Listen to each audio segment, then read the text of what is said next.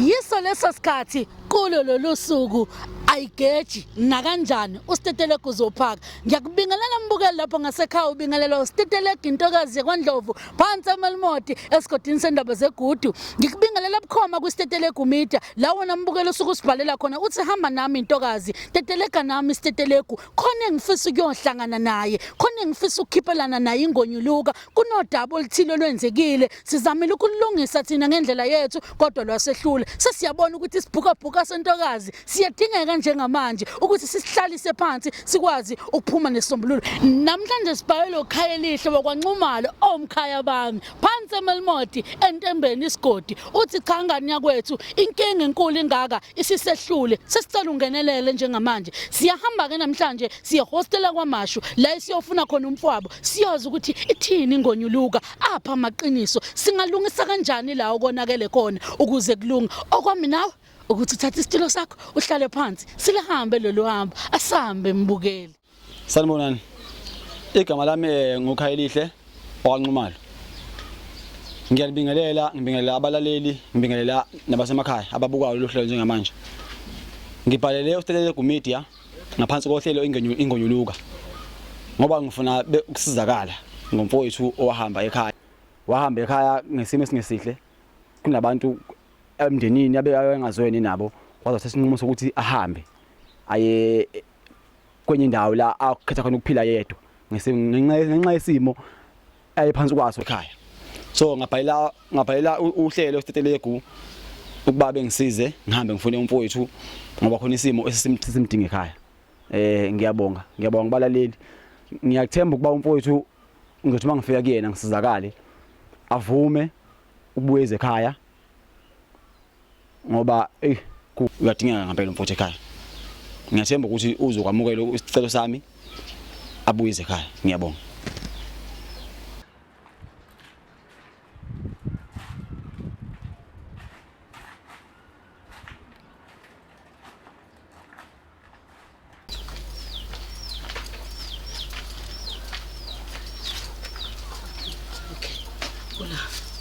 Qoqo.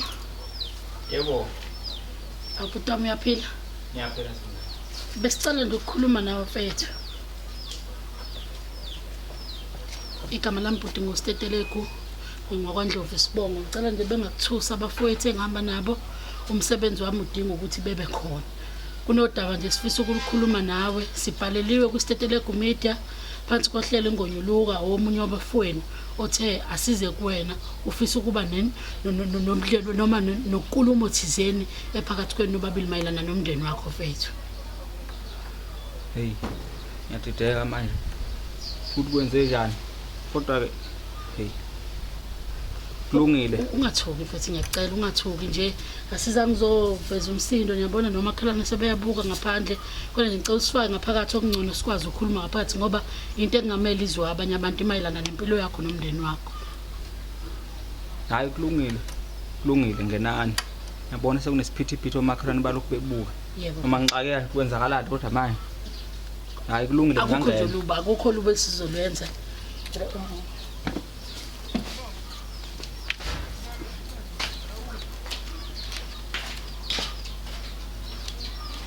Okay bhuti ngiyabonga kakhulu mfethu ukwasamukela noma sizamile ukukuthola efonini sangakuthola silama ukukufonela ongayibambi ifoni kodwa ke ngibonga ukuthi mawususibona sesisemnyango wakho bese ungasasixwayi bese uvuma nje ukuthi uhlale phansi nabantu abafana nathi. Cha mfethu la igama lami njengoba ngichazelile ukuthi nguSteteleka ngokwaNdlovu Sibongo. Uhlele siza nalo noma singaphansi kwalo ingonyuluka. Kunomunye wabantu noma wabafowenu osibhalelile wasecela ukuthi ucela simlethe kuwe Xolani ezohlala phansi nawe ekekhulume nawe kodwa ngaphambi kokuthi simbize yena bengingathanda ukuthi okuqala nje ngizwe wena ngokuthi ngosayidi lakho ngwakwabani nje ngempilo yakho uma kuwukuthi awunankinga nalokho. Nginembuzo nje embalwa engifisa ukuyibuza ngaphambi kokuthi yena simbize. Ngiyabonga sisi, ngiyabonga igama lami nguXolani ngokwaNcumalo. Yebo mfethu. Ngiyakuzwa konke okushoyo. Ngiyakuzwa noma ke nginalo ulwazi ukuthi kuba futhi labo khuluma ngayo yena muphi. Okay. Okay, kulungile akunankinga ngizomlanda yena umbone. Angikwazi ukumdalula njengamanje ukuthi yena muphi ngoba angazi noma uzovuma ukukhuluma naye noma ngeke uzovuma ukukhuluma naye. Okwami nje engifisa ukukubuza ukuzwa neside lakho nemibuzo engizokubuza yona ezoholela ekuthenini ngize ngigcine ngimbiza. Engingakusho sisikahle akekho ngathi nginenkinga mhlawumbe naye noma ngabe imuphi ovelayo. Akunankinga ungamlanda noma ngathi uyamdalula akunankinga ngoba akekho vele kunenkinga naye phakathi kwabo. Akekho futhi ongeke unqaba ukukhuluma naye. Akekho futhi enganqaba kuthiwa ngasinganenkinga nokukhuluma naye ngoba phakathi kwabo bafuthi akekho vele kunenkinga naye. Okay. Alright mfethu.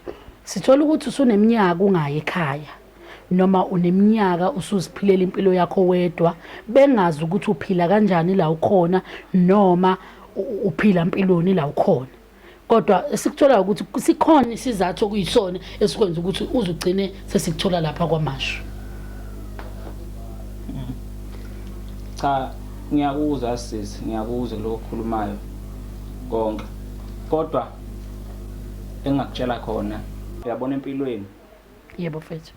Kunezimo ukuhamba hamba egcine zikuphoqa ukuthi uyithathele inqumo wena ngaphandle kwabazali. Okay. Engingakusho nje kahle kahle empilweni kuneyinqumo edinga wena kuphela engadingi ukuthi uyithathe nomunye umuntu. Okay. Nami ngasebenzisa lokho engibona ukuthi khona okuzongisebenzela. Okay. Futhi kwangisebenzela ngempela ngoba nje ungibona ngoba ningifica ngila ngikhona kwangisebenzela isinqumo engasithathayo isona sangisebenzela. Ngoba indlela izinto ezazenzeka ngayo kuningi ekhaya kodwa ke okwagcina kwenza ukuthi gcina ngasabi ingxenye yekhaya noma lo yomndeni. Okay. Kodwa kungeke ukuthi mhlawumbe nginenkinga nabo bonke abantu ekhaya. Akuphakathi kwami nje nabazali ngokungaboni lapho nalapho. Okay, ake singenele kuyimpela le okuyiyona eze yakwenza wagcine waphuma ekhaya. Isiphi mhlawumbe isizathu noma ikhona yini into abazali abaxoxa ngayo ekhaya noma wasithathela isinqumo ngokubuka indlela njengoba usho nje ukuthi kuneyinqumo ezinye okumele uyithathele zona ezizosiza wena futhi ekugcineni. Okusho ukuthi uqonda ukuthi mfethu awukazi uxoshwe ekhaya angithi kunjalo azengixoshwe ekhaya wayihambela ayihambela mina. Okay, yini le eyazi yakwenza wena uzudecide ukuthi ufuna ukuzihambela ekhaya? Kuningi sisi kuningi kodwa ke mengakuvezela nje kancane. Okay. Ukuthi ukubeka nje esihlokweni uyabona ekhaya manizalo abazali. Yebo mfethu. Kuyenzeka uthola ukuthi yabona isizulu ngachaza ngibeka kanjani le. Uyabona manizalo ekhaya. Yebo mfethu. Ukuthola ukuthi esizukulwaneni nesizukulwane kuneyinguquko ohamba hamba ezenzeka. Uyabona mina ngivele ekhaya ngathola ukuthi komkhulu amasiko benziwe ekhaya nesinto yonke leyo nto into ebiyenziwe. Okay. Kodwa kuthe mase kudlula umkhulu emhlabeni ngathola ukuthi seyabazali sekuyibona abangababheki bekhaya ngathola ukuthi hamba kuba nenkingi. Okay. Onjengokuba abazali bami bagcine bethatha indlela yokuthi bangabasindiswa. Oh basindiswa. Basindiswa. Okay. Okuyilo mina ngangena inkinga ke nokusindiswa kwabo kodwa ekugcineni mina hambe kwalokho banginika inkinga ngoba mina ngibe umuntu obenokugula kakhulu ehlushwa lezi zinto zemoya nabantu abadala. Oh okay. So ke ukuhlupheka kwami ngale nto ngazama ukubavezela abazali bami ukuthi sengihambe ngakuthola ukuthi nginenkinga kanje. Manje ngiyafisa ukuthi kulungise ngoba phela vele kwakufanele ukuthi ngiwethule kubona ngoba yonke into ekhaya vele uyenzelwa yini. Yebo mfethu. Uthola ukuthi bona sebethathele indlela leyo ukuthi bebabasindiswa. Ngokusindiswa kwabo ke mina anginankinga nakho futhi angiphikisani nakho ngoba wonke umuntu unelungelo lokuthi into nakholela kuyona ayikhethele yena kube yona futhi ukuthi iyamsebenzela. Okay. Kodwa mina kwakuyisifiso sami noma kuyisicelo sami ngathi mengibadlulisela ukuthi sengihambe ngaze ngakuthola ukuthi inenkinga mina engibhekene naye kanje ethinta mina impilo yami hayi ukuthi ithinta bona bonke abantu ngoba njengoba sizalwa singabantu asifani singazalwa ndawonye kodwa uthola ukuthi neziphiwo zethu ayifani. Izabelo zena ayifani. So ke ngathi mengibavezela lokho bathi bona into leyo engeke iziyenzeke kuleli khaya. Awungadideka mina ukuthi kanjani ngoba phela bengithi mina kuzodlula kuleli iphuzu lekuzokwenziwa izaba lezo kufanele ukuthi zenziwe ngalendlela le nami ngisuke ngifisa ukwenze ngakuze kusizakale mina nami impilo yami iqhubeke njengabo bonke abantu. Igulisa nje lento bayabuka futhi bayabuka futhi sisi akukho abangisiza ngakho akukho abangilekelela ngakho ukunalokho bakubiza lento ngokuthi amadimoni bathi mina ngidlala amadimoni kunomoya nje omubi shuthi ongenile ongibusayo. Okay. I understand mfethu. uma yenzeka lento beyibona ukuthi iyakuhlukumeza kangakanani bengal understand futhi uhambo lwakho ifika kanjani ke ekuthenini uzugcina wena uthi ngcono angizihambele ekhaya noma isiphi isizathu noma yini le wayibona ukuthi uma ngingenza kanje mhlambe ngingasizakala kulento enginayo mengakhuluma nje iqiniso ngahlala phansi lento ngayicabanga ngayicabanga ngoba kubalekile ukuthi wezinye izinto before uthathe inqumo uqale uyicabanga siyisinto yebo mfethu ngahlala phansi ngayicabanga lento ukuthi ekugcineni imini umuntu onenkinga la futhi umuntu olimalayo lana imini so ngabona ukuthi okufanele ukuthi ngikwenze angizenzele mina ngendlela yami eseceleni futhi engeze kulithinta ekhaya kodwa ngizama ukuthi ngiyilungisele mina into yami yebo ilapho kwaze wafika khona isinqumeni sokuthi mina ngisuke shooting ngihlehle okay eduze kwababazali uphi ubaba ngaleso sikhathi noma bebekhona bobabili bekhona umama kwenzakala kanjani bebekhona lapho bobabili bebesakhona bobabili okay kwaze wahamba ke bese ngekho kwaze wahamba waze wafika la ekuthenini khona ubaba sengithola ukuthi useyedlulile emhlabeni okay sekusela umama kodwa ke futhi ukuzwa nje nami ngosithathu alright kulungile eseshona ubaba awuyi kwemncwaba azange ngize ngiye sisi lokhu wagcina uphume nje ngesimo sokuthi wawuyoyizamela ukuyitholela usizo esiphuweni sakho ukuze ukwazi ukuba right lokhu ngagcina nje ngiphume ngalokho nanokuthi ke ngisibonanga isidingo sokuthi mina ngibuyele ekhaya ngiyongena bese ngenza ngazuthi kuhle ukuhamba kahle konke mhlawumbe ngangiyothi mengena ngibe mase ngiba nenkinga mhlawumbe sengingena egcina ngaphatha nivele ngahamba kungekuhle phakathi kwami nabazali ngakuthola nje kuphela ukuthi ubaba usedlulile emhlabeni umama uyakufonela noma ikhona yini imizamo abayenzile bona abazali usanda ukuhamba ekhabe kubona ukuthi isikhathi siyahamba ubuye akukho ukuxhumana okube khona sisiphakathi kwethu nabazali cha akukho akazange size sixhumane selokhu nje ngahamba ngiba umuntu nje oyibonanelayo nabantu bangasekhaya bengibone la ngikhona kodwa hayi ukuthi kukhona ukuxhumana okukhona phakathi kwami nabazali abafowenu bona nabo lutho ukuthinta abafowethu kuyenzeka ke nje ngaleso sikhathi leso mabengifonelile kungibheka nje impilo kuba yilokho nje kuphela okay kezwakala mfowethu cha ngiyayi-understand lento yohambo lwakho noma yokugcina usuhlukana nabo abazali ngiyabona futhi nobudedengu babo bengazami ukukuthola kodwa ke futhi ngeke size sibasole ngoba inkolo yabo noma lapha abakholelwa khona kwangahambisani nawe okay ke sikhuluma ngalolu hambo lwakho ke manje sewufika usulapha eThekwini usuzama ukuhlanganisa impilo bekunjani nje ngibhekanile khona nezingqinamba sezi ngibhekanile kodwa kwasho ukuthi yonke into uma usuku nesifiso futhi unethemba lokuthi kuzolunga futhi asiki isimo esingedlule empilweni yebo mfethu yabona sesime ngakutshela abantu la ngaphandle abantu baneyinkinga la ngaphandle uma ngase ngithi abantu bonke uma sekuthiwa wonke umuntu ukuvulela isifuba ngeyinkinga abantu ababhekana nazo emakhaya abantu baneyinkinga la ngaphandle ukuthi abanye omunye umuntu umbone ehamba nje edrobheni egqokile eswenkile emuhle uthola ukuthi umuntu uneyinkinga xa kukwenza yebo kodwa ke nami ngafika lapha emadolobheni ngazama ngendlela engazama ngayo ngenza izaba lezi wafanele ngizenze kwazama ukuthi into zami ngabona ukuthi kukhona la kuqaqeka khona okay ngabona ukuthi khona la kuqaqeka khona ngoba kuze kube manje ngibonile ukuthi kuyaphileka ngoba ngizamile ukuthi ngidlule kulesi sigaba okufanele ngidlule kuso yize ngingakwenzelanga lokho ekhaya ngakwenza ngendlela yami mina ngoba ngabathola bangangisiza ukuthi ngakwenza kanjani lento kuze ngikwazi ukuthi iye kungihlupha futhi ngikwazi ukuthi ngiphile nami ngibe nempilo eqhubeka iyaphambili okay kulungile mfowethu ngicabanga ukuthi sengingambiza umfowenu kube wuye ozoyikhulumela nawe ukuze ukuthi yini le ayiphethe ukhayelihle kuyo silethela osicelile nje ukuthi size kuwe sizozama ukuthi nikhulume nobabili okungenzeka khona okuthile afisa ukudlulisa kuwena noma khona okuthile kuyisizathu esimenze wazi wasuka ekhaya wasibona futhi izathu ukuthi azazokhuluma nawe namhlanje ngiyambona ukhayelihle engakafiki ke yena ngifuna sibuye kuleyo ukuthi indawo le yakwaMashu noma ihostel la kwaMashu thina abantu silazi njengendawo esabekayo ongahlaleki futhi kuyona wena njengomuntu ohlala kayo ongahlaleki futhi kuyona wena njengomuntu ohlala kuyona ungathini ngayo noma kunjani ukuhlala khona la ngaphakathi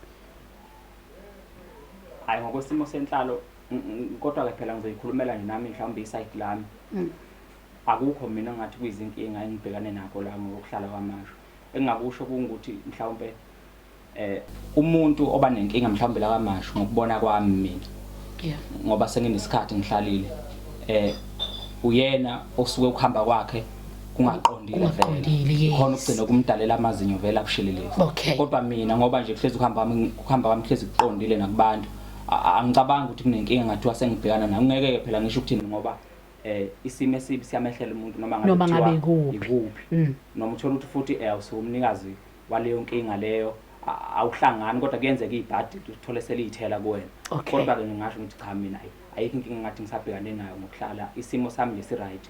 Okay. Alright. Ngizocela ningilandeleni yena uKhayelihle siza ukuthi uzothini. Ukhona yini mfethu omunye umsebenzi owenzayo ngaphandle kwalowo womsebenzi wabantu abadala?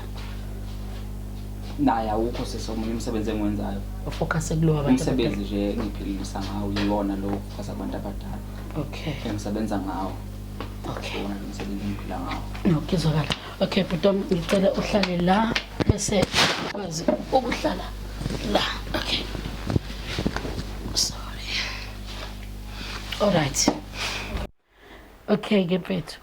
Khayelihle nangubhuti wakho mfethu. Uyasixoxela ke ngodaba lwakhe noma ngokuhamba kwakhe ekhaya ukuthi akananxanani futhi ningabantu benihlala nibuye nimcinge efonini ngaphandle kwabazali okuyibona bangakaze beyihluphe kuze kube namhlanje since wahamba ekhaya nanokuthi uyasho ukuthi emncabeni kaBaba wayengekho ngesimo sokuthi kwakunzima nakuyena ukuthi angaphinda abuyele ekhaya ethi yoncwaba ubaba wakhe kade ehambe bevele bengazwananga kahle. Yebo ngiyezwa mama ngiyajabula mfowethu nokubona kuumuntu engade ngamgcina mfowethu naye ngiyabonga mfowethu ngiyabonga ngiyajabula nami nokukubona ukuthi ukhona usaphila phakathi sagcina nokutholana emafonini angazi mhlawumbe inamba yakho le ibingasasebenzini kodwa ngiyajabula ngokubona ukuthi usaphila mfowethu ngiye ngaba umuntu oba nenkinga yefoni kwazi kubagcina ke ifoni emilahle yaphoqa ukuthi ngithole ifoni kahle ingakho ke kusagcina kusaba nenkinga yokuxhumana simo inkinga ike yaba lapho ngoba nabafowethu ekhaya abantu ababhizi ngamatoha yabo kunzima ukuthi ungafona umuntu ucela inamba so engakho ukuthi ke njengamanje kulesimo khona isimo esingiphoqayo ukuthi ngize ngikufune mfowethu ngikuthole ngoba ekhaya kuhlanga kahle mawuthi akuhlanga kahle mfowethu ukuthi kusenabela kancane ukuthi yini le yenzekalayo kahle ekhaya ezikwenza ukuthi uzudinga ukuxolana nje namhlanje kushuthi ngathi ukuhamba kwaBaba kuyaba khona inkinga ezenzeka ekhaya ukugula kwabantu lesimo sisihamba sasafika kumama sihlasele umama kungcono ukuba futhi besifika sidlule kodwa njengamanje sihlasele umama okumuntu esibonayo ukuthi hayi umuntu phela ngathi hayi asemhlabeni ngazahambe indlela nje agula ngakhona akuhlanga kahle inike nazama mhlawumbe ukumusa kodokotela izinto ezifana nalezo.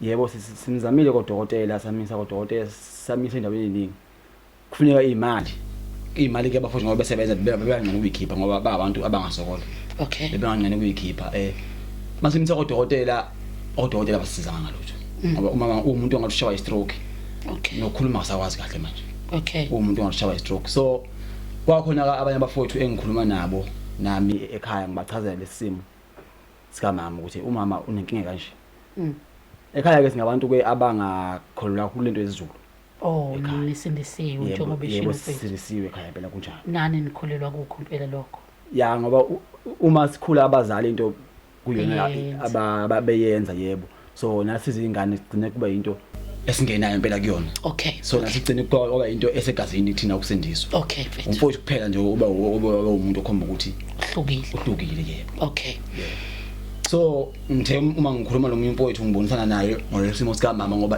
kubi kakhulu kumama awuso umuntu phela nayo nokuhamba into esingenzeki kuyena phela okay so ngathi uma ngikhuluma nabafowethu abanye bangasekhaya ngibabonisa lesimo sika mama bangithumela kumuntu wesiZulu bangilalela umuntu wesiZulu uyokwenza into oyiqalayo ukuyenza mama ngithe ngijwibe nami ngoba usufuna impendulo sengifuna impendulo sengifuna nokwazi phela ukuthi mama ngabe yini le abhekene nayo. Okay, sithi ngithi ukuphazamisa kancane abantu abakhonza nomama noma la enijwayele ukuyokhonza khona bakuphi kwenzeka yonke lento.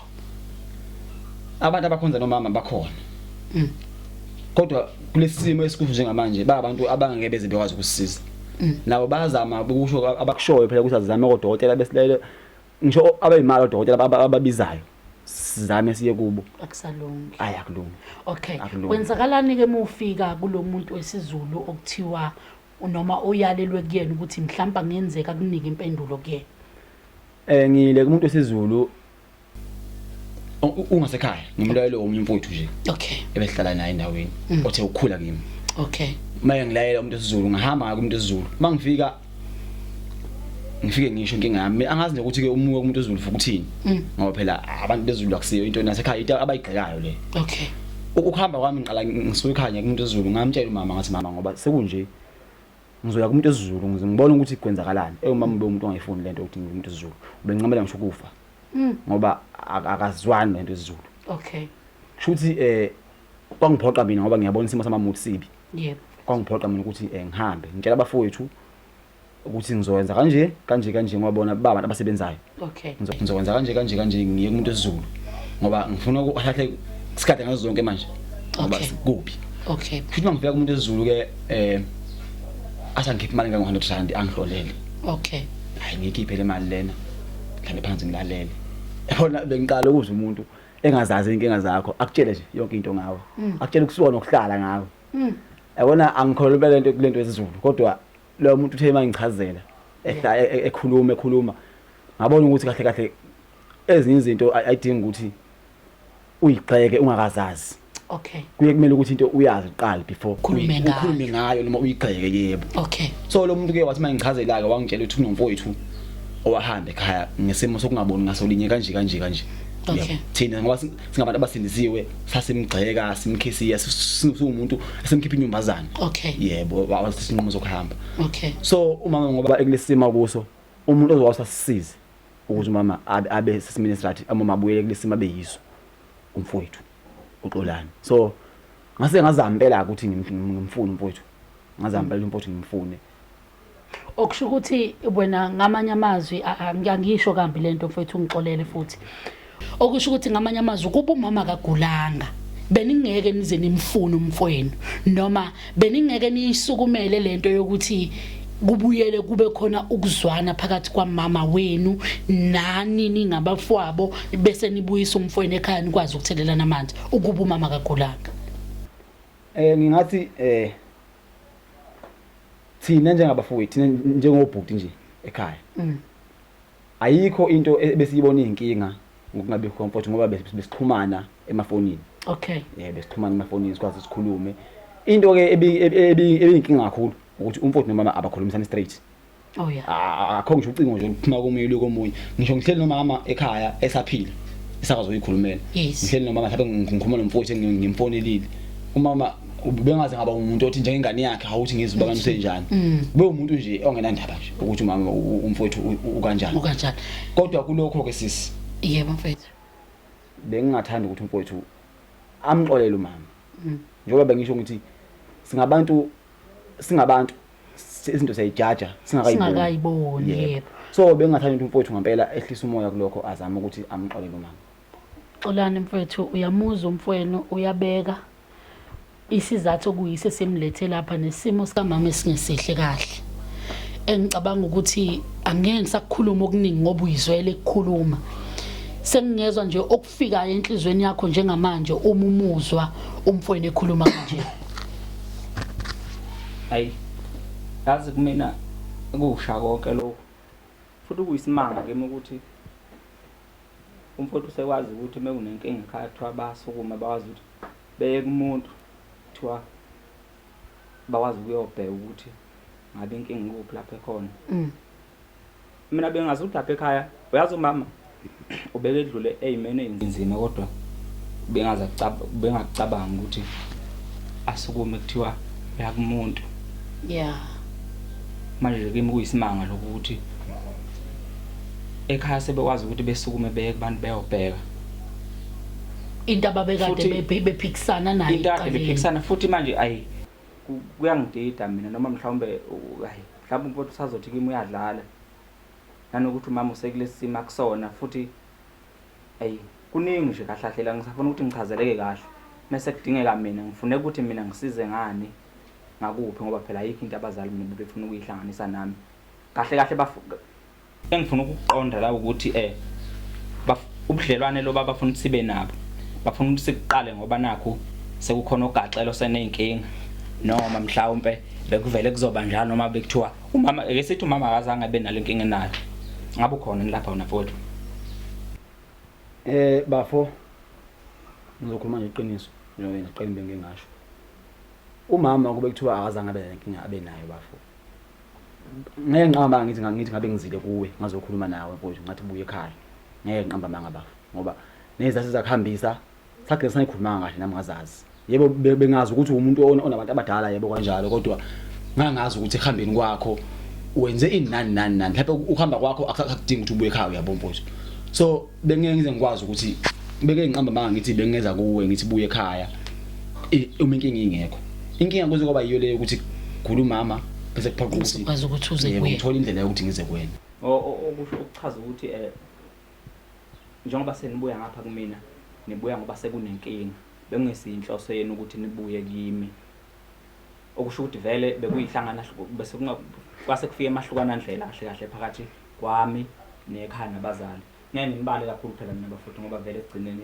kwangesini abasosibale into isuka kubazali ya kodwa engizama ukusho ukuthi shuthi nawe ukufika kwakho la inhloso yokuthi ukhathalela impilo kaMama ya bafo kunjalo manje ngokhuluma iqiniso ngikhathalele impilo kaMama uma eba right umama ake sithi umfowethu uyavuma ukusuka manje angangisho ukuthi uzoba njalo Xolani ake kuthi uyavuma umfowethu njengamanje ukusuka ahamba ekhaya afike akwenze lokhu kuthiwa kumele akwenze ngabe kumthelelwana amanzi asinde umama uma sesindile umama eqhubeka kuleli lokuthi akamdingi futhi ekhaya we understand izobe siyenzeka kanjani ngoba anikwazi ukumphoqa phela nithi akamdingi okusho ke nasekuqaleni mfowethu ehamba alikhizwi lo muntu nawe futhi ngabe ukhuluma iphutha manje ukhuluma neqiniselo imsulu alikhizwi elaphuma liqondile lathi Xolani ngihambele kulomuzi alikho izwe lapho kumele njalo okay so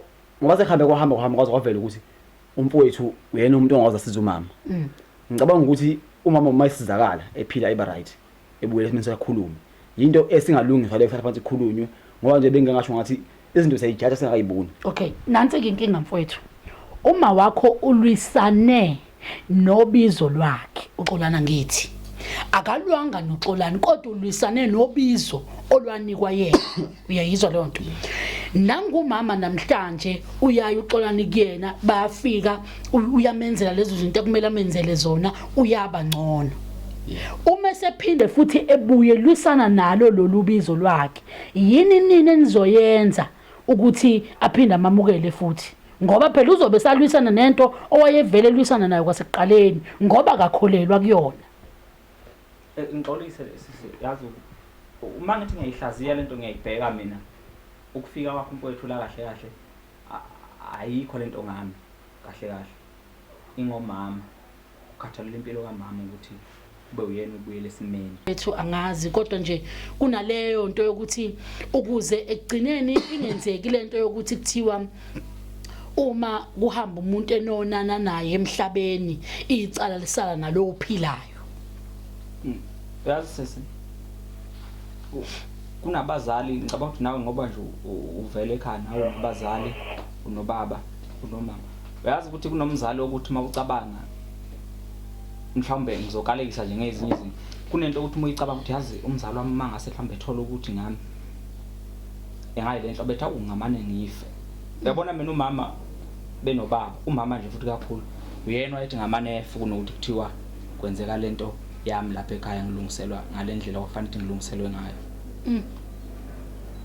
waye leyo nhlobo leyo wayekhipha ngisho nangomlomo edena ngamane efe encatsho manje kuyisimanga ngempela kimi lokhu ukuthi umama uyena osekwazi ukuthi yenze ngalendlela lena okungishiya nginembuzo eminingi ukuthi ukukhathalela impilo yakhe noma ingoba vele sefuna ukuthi nathi sibuyisane ngempela noma mhlawumbe ukuthi akumehlelanga lokho ngabe vele kusaqhutshwa ngaleyo ndlela leyo bekuvele kwenzeka ngayo kodwa uyazi uningi nje kusemqondweni wami kodwa ke ekugcineni ngiyamuzwa umfowethu akushoyo anginankinga nokuya ekhaya anginankinga ngoba ekugcineni ngiyabona ukuthi impilo kaMama bayikhathalele ngalendlela anginankinga okwesibili izimpendulo imibuzo nayo izimpendulo zazi uyofika uyithole kuyena ngoba sikwazi ukumkhulumela ekugcineni vele kuningi ekufanele sikukhulume naye uMama kuningi engifuna ukuthi ngikuthole ngoba vele okokuqala nje ngombuza khona ukuthi ukubuya kwami ukukhathalele noma mhlawumbe ngoba inhloso zakho bese zikutheni impilo yakho ibe ngcono yeah ngoba ilokho kungidate impela ngoba omunye umuntu empilweni ukwenza into ngezathu ukuthi ufuna ukuthi kuzuze yena engenankinga nendaba nawe ukuthi wena kwenzekani ngawe okay Butami ngiyakuzwa futhi ngiyabonga kakhulu ukuthi nje noma isimo sinjena bese uzehlisa ufuna ukwazi noma ufisa ukulungisa noma kwakungesu umuntu osephutheni kuyasijabulisa kakhulu lokho nokuzothi uma kungenzeka noma yini kumama ungasali nalesi silonde sasikhona ngesikhathi kade kusanda ukuhamba ubaba ngiyawuzwa sisi ngiyezwa kodwa ke ngoba ngithi nje ubukade umbuzo ukuthi ngihamba yini noma mhlawumbe ngizolandela ngemuva yes bekungenankinga nokuhamba mnanye nani kodwa manje okuyinkinga ukuthi nami njengoba ngumuntu osebenza ngalendlela engisebenza ngayo bese ngike ngayichaza njengoba ngisebenza ngabantu abadala nami kufanele nami khona la ngivule khona ngibheke izinto zami ukuthi le ndlela engizoyithatha ngabe indlela ekhanyayo yini kungifanele yini akuze kuba khona lapho kuzahamba hambe kube khona amabiba khona ngungilimaza khona kungishaye khona ufuna ngihamba hambe nami ngibheke lokho bese ngikwazi ukuthi ke ngisuke ngithatha indlela ekhaya okay ngithemba ukuthi uzwile ekhaya lihle mfowethu yebo ngizwile sisi kuyakuculisa kuyangijabulisa ngempela ukuthi mfowethu asamukele isicelo sami okay akwamukele ukusiza ake ngithi akamukele ukusiza umama yebo kuyangijabulisa kakhulu lokho kuyangijabulisa ngempela okay hayi ngicabanga ukuthi sesikuqedile kwethu noma usuqedile nawe ubufisa ukukusho kumfweni naye useyibekele ngesayidi lakhe cha nje ngiyabonga kuzwidi ngiyabonga Nxumalo ngiyabonga Sithando ukuthi ugcine ukwamukela mfowethu ukuyosiza umama ekhaya ukubonga impela angiyabonga bafanga angiqedi lokho kwenzile mfowethu okukhulu kusho okukhulu ukuthi futhi endleleni esimene ohambe ngaso ekhaya uphinde futhi ukwazi lokho ukubuyisela ngemva konke lokho bafo uyomsiza umama ewumuntu owayenesandla esikhulu thina uhambe ekhaya kodwa mfowethu wagcina wakwazi ukuthi konke lokho ukugwinya ukubuyisela emuva kwamukela mfowethu cha ngiyabonga kakhulu Zwidi ngiyabonga kakhulu Xolani mfowethu ngiyabonga nakwena sisi ukuthi ugcina ngixhumanisile nomfowethu kulisimba ngosu kulungile mfowethu owethu umsebenzi kusuke kuyikho lokho ukuzwa nivulelana ifuba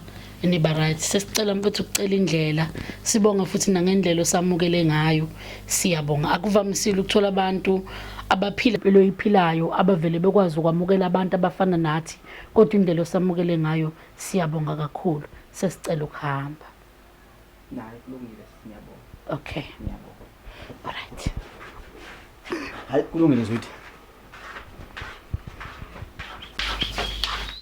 Silibonile ke mbukeli lapho ngasekhaya udaba labo kabanzi uKhayelihle efuna ukuzokhuluma nomfowabo uXolani uyayibona le yenkolo ivele ingiqede amazwi noma ngingazi nokuthi ngithini noma ngiyikhulume kanjani kodwa into sithola la ekuthenini emzini wakwaNxumalo umkhulu wakhona wayekwazi noma wayewagcina amasiko okuyena umuntu abathi mabezalwa abantu noma izingane zakhe wasikhulisa ngaleyo ndlela ukuthi bayawagcina amasiko uthe masehambile-ke indodana yakhe okuwubaba woXolani wathatha unkosikazi okuwuye ufike wanomthelela ekuthenini ekhaya kugcine kushintshwa lento yokuthi Akusakholelwa ey'ntweni zabantu abadala noma kusakholelwa emadlozini kodwa sekukholelwa noma sebesindisiwe. Nansi-ke inkinga uma bezala ingane bathola ukuthi ingane enye yabo ewuXolani uma bebeyizala bayizala inalesi siphiwo sabantu abadala bona njengabazali abangasakholelwa kusona.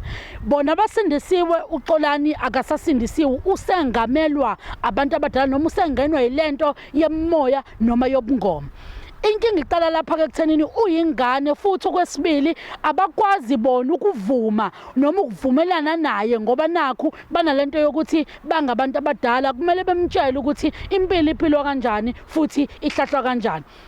Inkinga ngesiphiwo-ke esifana nalesi lento yokuthi awukwazi ukusibalekelana noma ngabe kuthiwa ikuphi noma ungathi uwenza ini kodwa uma usuke ungokhethiweyo kubantu abadala bethi nasi isipho esikunika sona sisebenzise noma ungenzani empilweni ukuthi uyasibalekela kodwa bagcina beba nayo indlela yokukugoba.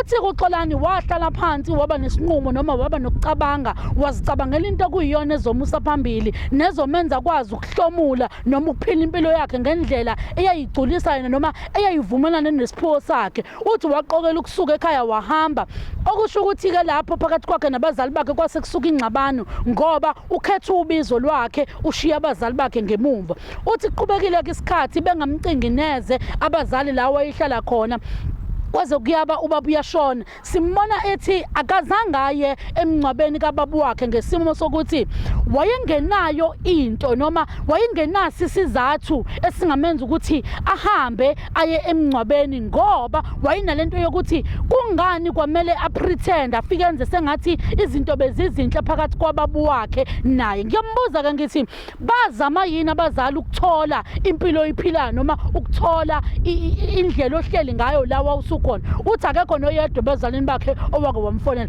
Nangokumfowabo njengamanje sebebhekene nenkinga ekhaya eyokuthi umama uyagula usengahamba noma yinini emhlabeni. Uthi uthe methatha izinto bakwenza konke okwenkolo kamama noma ukuvumelana nenkolo kamama kodwa umama wagcina engasizakali noma engasindi. Uthi ubese ethatha ibhodlela wahamba wayohlola noma wayogcinga kubantu noma wagcinga ohambeni olufanayo nalolu uXolani wahamba ngalo kusuke ekhaya. Uthi uthe efika kumuntu wafika wamtshela ukuthi ukusinda kukama wakhe noma ukuphila kukama wakhe kulele kumfowabo. Nangu-ke sebuya esezomfuna umfowabo noma esezomncenga ukuthi akabuyele ekhaya. Ibhlungu-ke lento ngoba kusho ukuthi ukuba kazange azagula uma wabo ngaba kazange bakhumbula noma basukumela phezulu ukuthi bemfune umfowabo behlalisane naye phansi ukuze akwazi ukuphinda abuyele ekhaya. Into eyinkinga kakhulu sekuphoqeleka ukuthi uXolani ahambe ayosiza uma wakhe okunguye umuntu owamkhipha noma owaba isizathu sokusuka ekhaya ngesimo sokuthi wayengakholelwa esiphiweni sakhe. Njengamanje sebedinga umuntu ofana naye onalesi siphiwo ababethi bona amadimoni uma echaza uXolani. Uthi babethi ekhaya ungenwe ngamadimoni. Umbuzo wami uthi umama usezokholelwa kanjani manje obizweni likaXolani wayekade engakholelwa vele kulona kusuka ekuqaleni noma ingoba useyabona ukuthi impilo yakhe siyahamba emhlabeni noma impilo yakhe silele ezandleni zikaXolani yikho sethi akazame noma ngabe yini engamenza ukuthi aphile njengamanje. Nansi-ke umbuzo engisala nawo noma nawe umbuke lapho ngasekhaya ongayibuza wona ilowo ukuthi uma kungenzeka kuthi uyasinda umama namhlanje aphiliswe ukuthi ukwenzile uXolani bekumele akwenze uyophinda yini amthande noma alwamukele lolu bizo lwakhe ngoba izinkolo zabo azifani. Hey, inzima indaba yenkolo and ibhlungu ngalendlela eyisimanga ngoba igcineni ikwazi ukuhlukanisa umndeni omuhle njengalowa kwaNxumalo. Sithola ukuthi izingane zahamba la abazali babehamba khona zagcina ziyamukela lenkolo kwaba nguye yedwa umuntu ohlukayo ngesimo sokuthi naye wayengeka anqaba ubizo lwakhe ngoba uthi wayegula kaningi bebona abazali bakhe kodwa babengamsizi ngalutho ngoba into yayimayelana nobizo lwakhe. Kwi-episode yanamhlanje kusinikeza isifunda ukuthi ezinye zezinto noma ngabe kuthiwa wena mbukeli noma mina Steteleku azingisebenzeli kangakanani kodwa akukusiza ukuthi wahlulela umuntu oyibonayo into ukuthi iyamsebenzela yena ngokwakhe ngoba ekugcineni iqiniso lithi impilo nempilo esiyiphilayo emhlabeni siyazikhethela yona ukuyiphila. Okubhlungu ke ekugcineni sigcina sifana nabantu abalahla abazali ngezimo zokuthi siyibeke thina kuqala noma sihambe nezinto esingakwazi ukuzibalekela